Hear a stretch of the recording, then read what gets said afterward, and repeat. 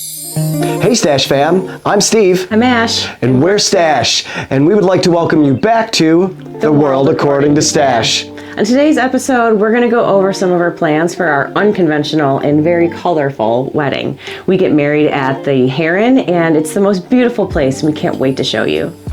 First, I'm going to tell you all about the story of our engagement. And then we're going to talk about how we ended up at the Heron and why we love it so much. If you stick around to the end, we'll take a hike through the woods so you can see how magical it really is. It really is pretty magical. I can't wait for you to check it out. So before I get to tell you the story of how we got engaged, full disclosure, we're already married.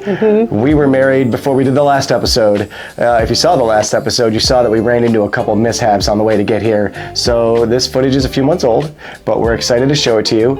And if you want to see the wedding, just stick around till the next episode because that's what's next week. But for now, I'm going to tell you the story of how we got engaged. Yay!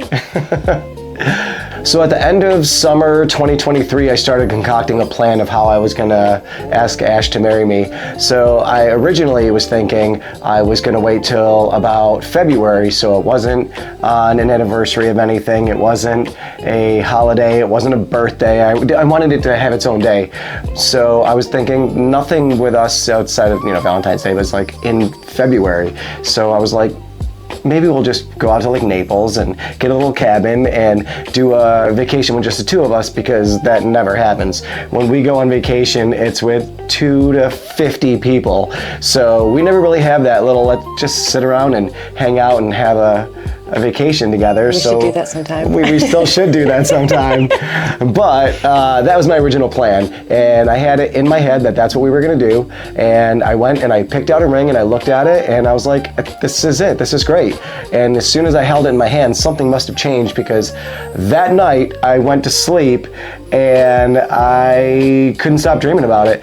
And in that dream, I dreamt that I gave it to her at the next festival we were going to, which was Borderlands, which was in 4 days. So I immediately rushed over and asked them very nicely, is there any way, this being like Tuesday morning, that I can have this done by Thursday night before I leave for vacation on Friday? And they laughed at me. And I said, I'm paying cash and I've got a great story. And they laughed at me again. And I said, who is in charge of doing the sizing? Because that's all it is. It's just sizing that's the issue, right?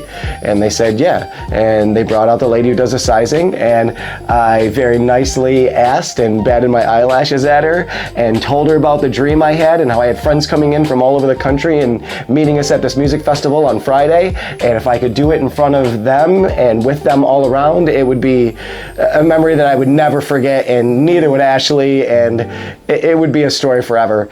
So she reluctantly, with a little smirk on her face, said yes, and Thursday night I picked it up before Friday, heading off to Borderland. So we get there, and everyone's kind of meandering a little bit. In my head, I want to get this big group picture like we always do, but the sun is going down. The next band is about to go out, and there are a bunch of people straggling around in bathrooms and whatnot, and we can't get everyone together. And as we're waiting for everyone, I have this plan that I'm going to get everyone to take the picture, but then I turn around while talking to somebody and everyone's already lining up for the picture because Merritt was on top of things like she always is, and she's got somebody with a camera already, and everybody already standing there waiting for this group picture. And Ash goes, hey, babe, picture. And I went, oh no. So I ran over and tried to move some of the camp chairs that were right in front and looked at the guy and said, take a lot of pictures. And then I turned around and I grabbed Ashley and we ran into the front of the line, which we never do, and she's all sorts of confused. She's like, why are we running into the front? Well, first you were acting weird all day. Yeah, obviously. You're not the picture guy. Nope. We have too many people in our group that are the picture takers. Steve is never we have to take a picture. We need a group picture. He was adamant about taking this group picture. And I kept saying, like, why are you acting so weird today? And he's just like, it's going to be the greatest day. It's going to be the best day. And it was Friday. And usually, like, we go to a lot of festivals. Yeah. And typically Saturday is the best day of a 3-day festival. And he kept, like, on the way in, you bet me, like, I bet you're going to have more fun tonight than all the rest of the nights of the festival combined. I was like, that's so weird. And then we're getting ready for the group picture, and you grabbed my arm and pulled me around everybody and then down to the front. And I'm like, why is I'm too tall for the front of the picture. Ashley goes to the back of the picture for the group picture, and while I'm complaining to our friends about why Steve's making me come all the way down to the front, I turn around and there you are in front of all of our friends. Yeah, you'll see in this picture that she had no clue. She's almost like confused as to what's going on in the picture while everyone else around her is going nuts. Yeah, audible gasps all over the place, little squeaks, little screams, and Ashley's just dumbfounded. She looks like you just asked her the hardest math question ever. She's like, what's happening? And then it hits. Yep. And it was a wonderful moment. Shortly thereafter, we tried to get a picture, I don't know how many times, and they all came out like this. Ugly cry every time. I tried. I was like, hey, take a picture, and she'd be like, okay. And then she'd do this, and the works. And then I'd say, let's try it again, and the works. So you already know we got married, so she clearly said yes. Surprisingly, though, after how I asked her, because with me thinking I had everything in control, I had this whole speech in my head. It was sweet. There were cute little things in there that reminded me of her. And when I got rushed, I ran around, pushed out the cam chairs, got on my knees, and I don't know what language came out, but it wasn't English. It was like orc, maybe? It didn't really make much sense. It was gurgles and tears, and my throat closed. And then I said, marry me? That was it. I had like a paragraph of beauty, and it came out, marry me? It was really cute. It was not. It was awful. It was cute. It was terrible. But she said yes. Yep. I think I made up for it in our vows, which you'll hear about later. But we had an amazing weekend. There was great music. All of our friends were there. And every half hour to 45 minutes, friends, strangers, adjacent friends, and just staff would come up and be like, oh, you guys are the ones who got engaged. Congratulations. And she'd start crying again. That's true. We spent the whole weekend with just smiles and tears. Yeah. Smiles and tears. Yeah. Smiles and tears. Together. They overlap. Together. Mm-hmm. Yep. And we'd have more pictures for you, but we never take enough pictures. Never take enough pictures. And now that we were engaged, Ash and I had a bunch of conversations about how we were going to pull off a wedding that actually felt like us. We have been to a lot of weddings. We've been to some really small ones. We've been to really big ones. And really expensive ones. Oh yeah, some that were super elaborate. And although we liked parts of all of them, they were all great, none of them really felt like us. So we had to kind of go back to the drawing board and figure out how we were going to do it for us. Yeah. We knew that we wanted a lot of color, so we asked people to wear bright colors, wear bright patterns, and maybe even a costume change. I mean, because we're artists, we really thought about it and talked about it, and we wanted our pictures to look like paintings. We wanted everyone to feel alive and excited, not like some of the weddings we've been to where all the pictures are real stiff and cold. Mm-hmm. Yeah, that's not us. And then there was the bridal party situation. We had more discussions about this than anything else leading up to our wedding. We tried to keep it relatively small. I think we started with like 3 people on each side, and then like rabbits, it multiplied from 6 to 9 until we got to 32. Yeah. And then we were like, I don't know what to do, because every time we started whittling it down, we felt bad about the people that we were leaving out. We just are so lucky to have so many people in our lives that it was a real struggle. We went back and forth and omissions and putting people back, and then maybe we have more people, but maybe we have less people, and we just couldn't really. Like, oh, the whole wedding is a wedding party. Yeah, it was everybody was just split on each side of us. So we had a couple conversations that just got to us, and we were like, you know what, we need to put a pin in this, and we need to just sleep on it for a night. So we slept on it. And like most things in my life, it got resolved by a dream. I woke up and I said, hey babe. She was like, what? And I was like, I figured out our wedding because I saw it in a dream. And she wakes up and she goes, course you did. What'd you see? And I said, I saw Timmy marrying just the two of us without any wedding party under the stars.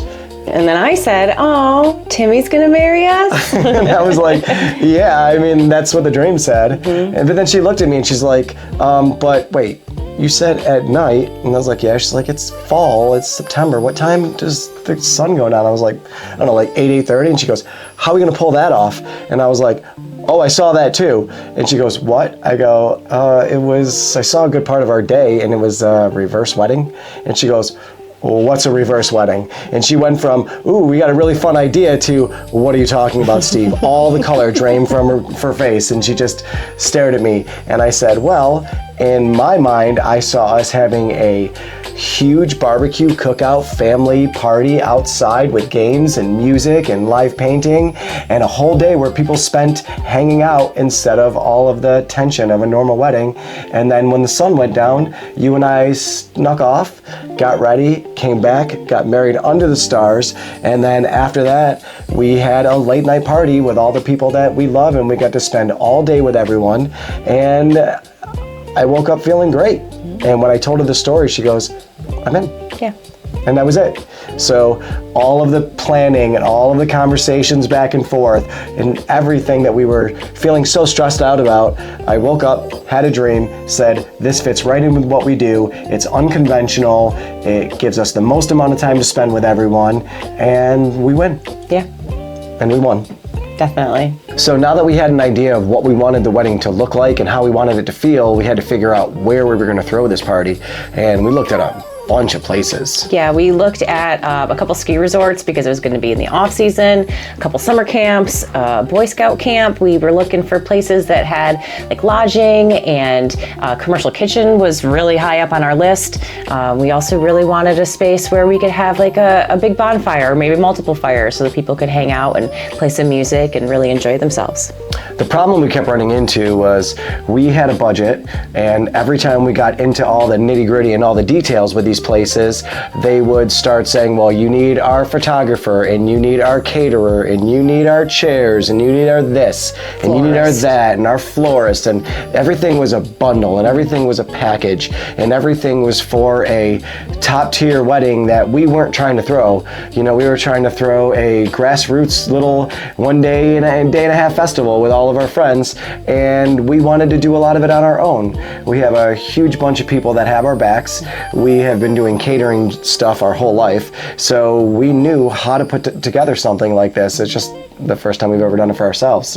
I knew how to budget for food and how much we were going to need and how much help we were going to need to get everything accomplished. So we had to keep saying, your place is lovely, but no thanks. And your place is great, but we can't afford it. Is there any way that we could just rent the whole place out and we'll do everything else? And they laughed at us. So we got a little discouraged. Yeah. And it's funny because the whole time we were using the Heron as like a benchmark. Like, I wish there was a place like the Heron around here, but smaller, because we could never afford a place like that. But we love that place, and it just kept coming up, and it kept coming up, and it kept coming up.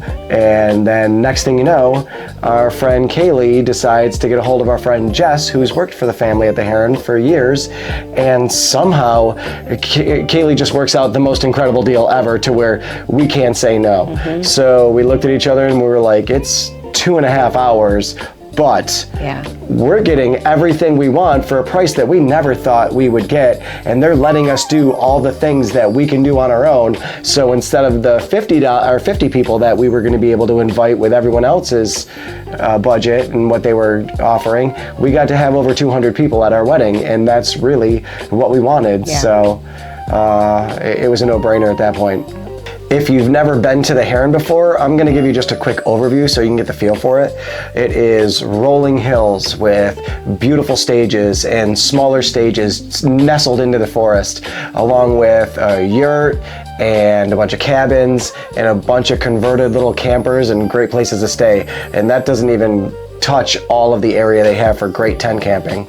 They have a pond you can swim in. They have miles and miles of great hiking trails. They have art installations scattered throughout the whole property, which is awesome. And they're also building a brand new bathhouse, and they could definitely use donations if you're interested in helping them get that built even faster. So as spring rolled around, we thought we really need to come up with a game plan and get back out to the Herons so we can figure out what we're going to do and how we're going to set this up. So we were looking at the schedule and we thought, the Great Blue Heron Music Festival has a great lineup this year. Why don't we kill two birds with one stone and head out there? The lineup looked great, and we've never been able to go in the past. The past lineups have looked great too, and we've always wanted to go, but the festival always landed at the same time as the Peach Festival, which was kind of like our home, and we would never miss a Peach. So now that Peach doesn't happen anymore, we got to go to the Blue Heron. So the plan was we would grab a couple of our closest friends, including Anna Banana flying in from Seattle, and we would go with a small group and we would scour the place and we would bring all of our new camera equipment and we would shoot our first episode there. And none of that happened. We got there and we started hanging out and realized we don't have a lot of time with Anna and our other friends we've never been to a festival with, and we just wanted it to be special. So after the first day of lugging around the camera, which was like 100 degrees that day, so hot, the camera started to overheat. Yep. And we just got too busy with trying to have a good time. So after taking not enough pictures, we decided to put all of the equipment away, and that it would be a way better idea for Ash and I to go back on our own in the middle of a Monday when no one was there and really come up with a plan and just take advantage of the time we had with our friends and go have a ball. We took a couple pictures though, so here, check these out. Just like always, we didn't take enough pictures. We never take enough pictures. Wish we took more pictures. Danced all night, took no pictures, left a lot, didn't take any pictures. Hugged old friends, didn't take enough pictures. Made new friends, should've taken more pictures.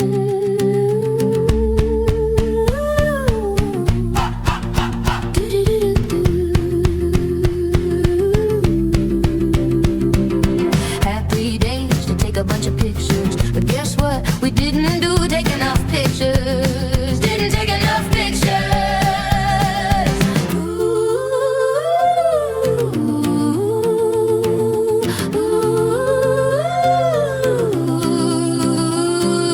Hugged old friends, didn't take enough pictures. Made new friends, should've taken more pictures.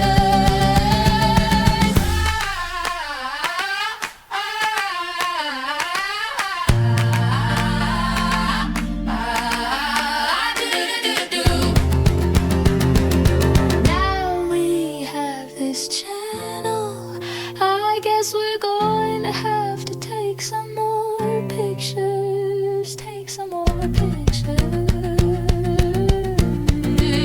Some more pictures.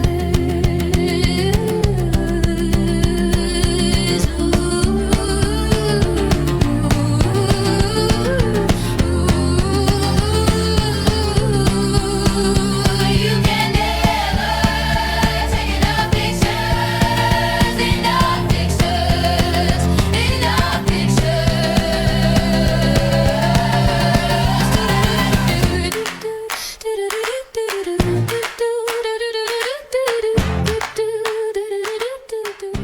Although we didn't get as many pictures as we would have liked to, I can tell you that it was awesome. We had such a great time, and the music was great. Yeah, the music was great. I mean, we expected greatness out of Donna and Jim Cotta and Andy Frasco. They always put on a good show, but we had a couple surprises of bands that we've never heard of or seen before. Like first, Sneezy. Sneezy is a funk band. Yeah, Sneezy is a funk band. Yeah, they're kind of like if you took a 70s funk band and an 80s frat party and you smashed them together. Yeah. And then there was Florencia and the Feeling. She was wonderful. Her voice is like butter. Yeah, she's like magnetic and glowing on stage while doing a mashup of Shakedown Street into Valerie, into Horizon by Pigeons, into Murder on the Dance Floor. Yeah, it was like, awesome. I don't know how you put all those together, but she did it, and she did it while glowing on stage. So good on you. Great show for us. Yeah, it was awesome. The first time we went to the Heron was like five and a half, 5 years ago, something like that. And we went because we kept hearing about how great it was from our friend Jess. And she just kept going on and on about it. And we thought, we need to get out there one day. And then we found a time that a bunch of us could go out. So Ash and I, along with her son, our friends Sean and Kaylee, along with her son, and our friends Dan and Lindsay went out for a weekend and just went on a quiet weekend and went camping and checking the place out. It was so fun. It was so fun. I mean, we had no idea that we would get married there 5 years later, but we really felt connected to the place and knew we would at least be back. When we first got there, Jess pulled us aside and said, hey, let me show you this place. And she took us on this crazy tour where she gave us all of the insight on the place, some of the greatest shows she's seen there, some of her favorite moments, and she brought us over to her favorite tree. Well, actually, it's two trees that grew around each other in this magnificent twisty fashion, and she was just beaming, telling us the story of these two old trees like they were old friends of hers. The funniest part of the weekend, though, was because of our friend Dan. We ended up going on a walk with him, and as we were walking, he's telling us this story about when he was 15. He grew up in Fredonia, which isn't that far away from there, so when he was 15, him and his buddy went to the Great Blue Heron Music Festival, and they had never been to a music festival before, and it blew their little minds. He's telling the story, and then all of a sudden, he just throws his arm out and stops us, like there is a snake crossing the road, and we're like, what? And he is like, see this? And we go, see what?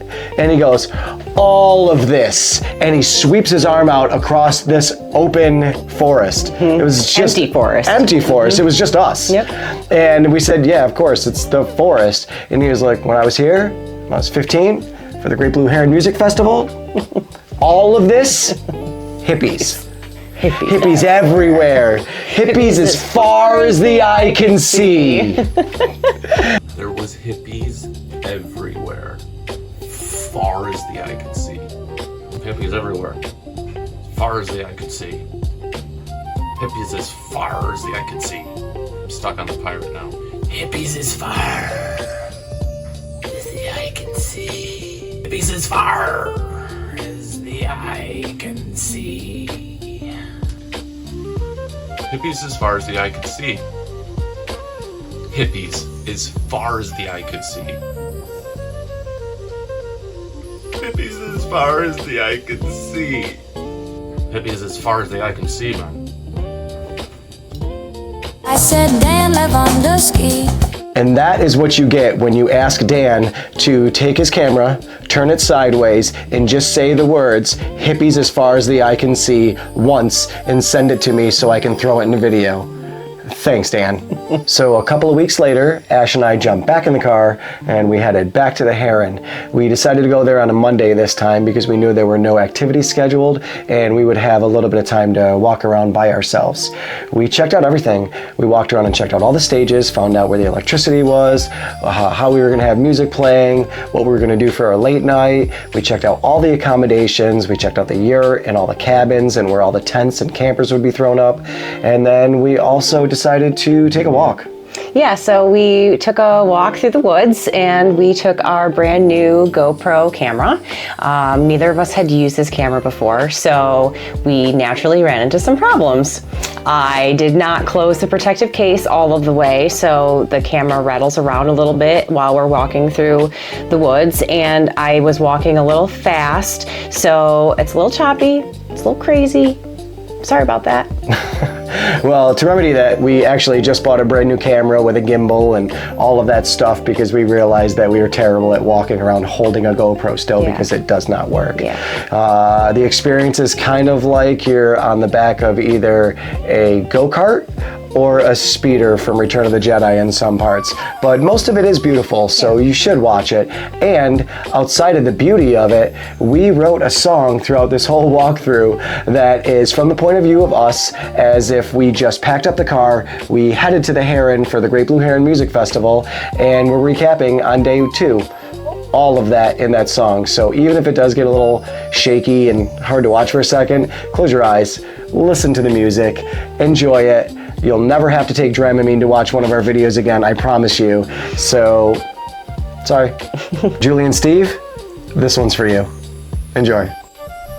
Hey guys, so we finally made it back to the Heron to nail down some details. Today we are going to scour the whole place, find all the nooks and crannies, and figure out where we want games, where we want live music, where we're going to do the ceremony, and where we're going to do our late night. But first, we're going to take you for a hike through the woods because there are tons of beautiful trails and we'll never get to them all, there's too many, but we wanted to give you an idea of how gorgeous this place is and some of the reasons why we chose it. Enjoy.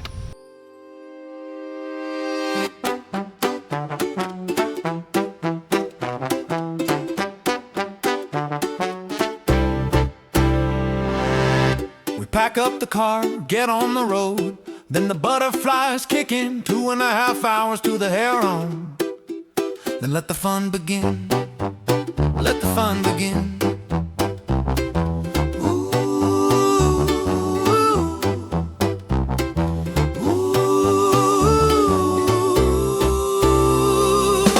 Half an hour north of Erie, about an hour south of Buffalo. Great Blue Heron, get ready for us. Here we go, here we go.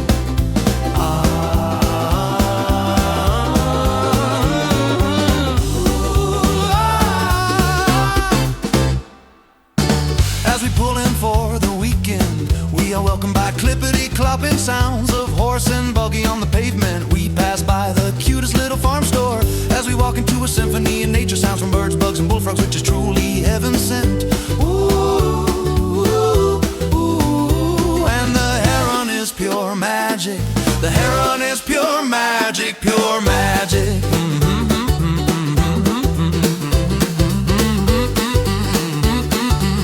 She really is magic.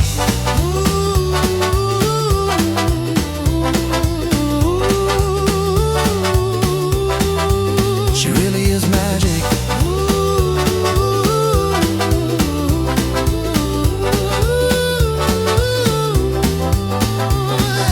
Walking up the grassy hill, meandering under trees, passing by hammocks where for sleeping hippies time is standing still.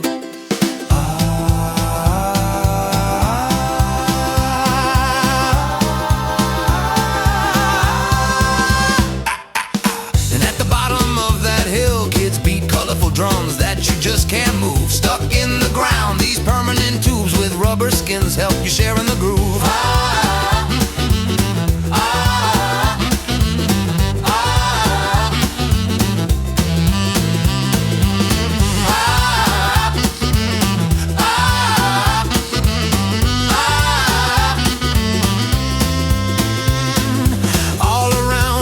Of giggles and laughs from swinging on trees, spiking of volleyballs and throwing of cornhole bags.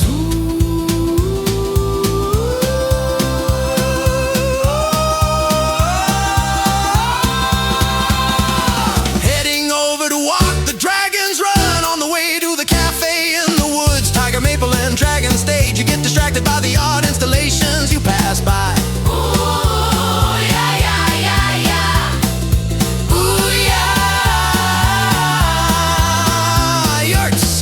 And old school campers nestled into the landscape, pretending to hide. Ooh, where the nature trails can twist around and get you lost along the way and make you feel completely undone. But if you open your heart and your ears, listen for the music and begin to roam, you will realize that everything's right and that all roads lead to home.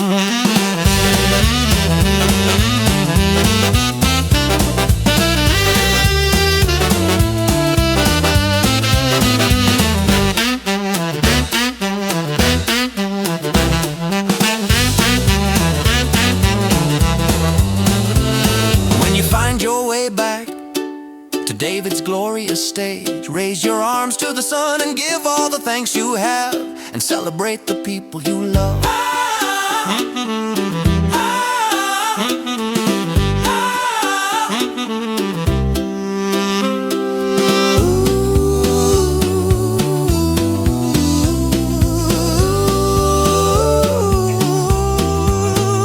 When the sun goes down, we grab a bite to eat and drink a lemonade so sweet.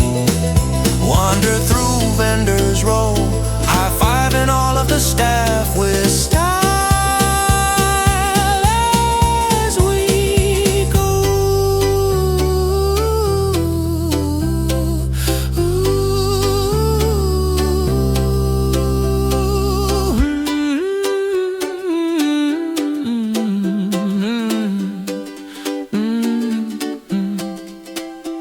After squeezing your way in, you dance in the tent for a while. Then Dragon Run calls you back to her, and now it's time to play. Ooh.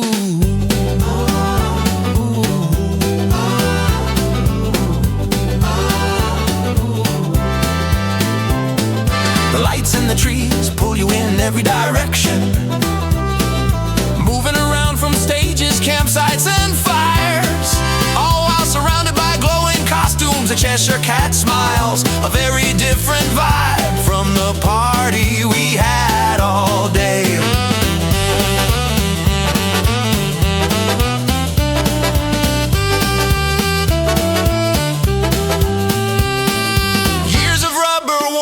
Shoes after exploring the forest and dancing all night, we finally give in and head back to the campsite. Ooh, before we go to bed, there's a rotation of long hugs as we hold each other tight. Then we all lay around thinking, wow, that was an unforgettable night.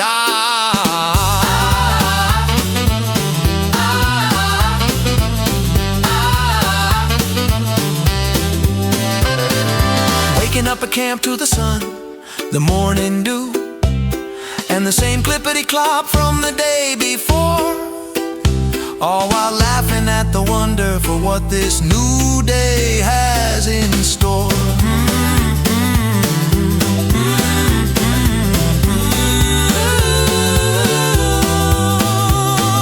Heating up breakfast burritos, making plans for the pond where we float on the water, telling stories from the night before of how the laughs went on and on, on and on, on and on and on and on and on. As we dry off and take a look around, we soak up the beauty and smile. Day 2 is about to go down, go down. Do do do do do do, ba da da da, do do, na na na na na.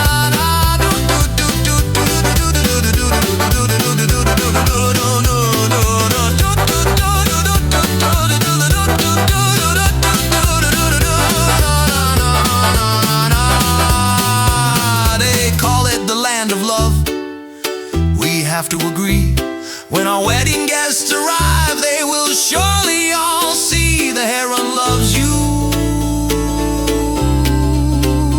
and the heron loves me.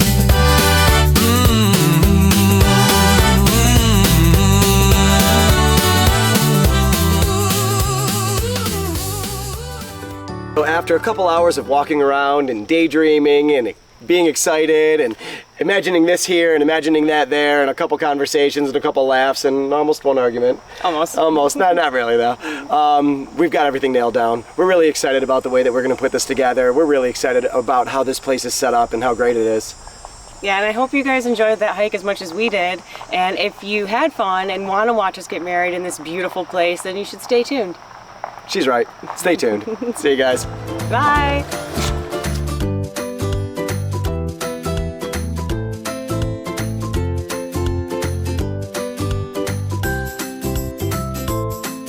If you made it all the way through that, then you truly are a friend and a fan, and we thank you.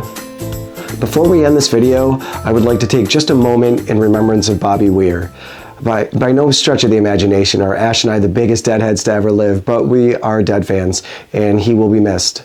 I was lucky enough to have shared a birthday with Bobby and also to have danced in fields with some of my favorite people in this world while he played just feet away. He was one of the godfathers of our scene, and he created a culture that embraced us and has been good to us over the years. All of the stories, all of the memories that we have, all of the things that we shared are somehow linked to him in a small way, maybe even in a big way. I'm just going to say this. Our lives are and were and always will be better because you were here. So thanks, Bobby. Thank you so much for joining the circus And being our companions on this ride. Just know that to us, You are never not awesome.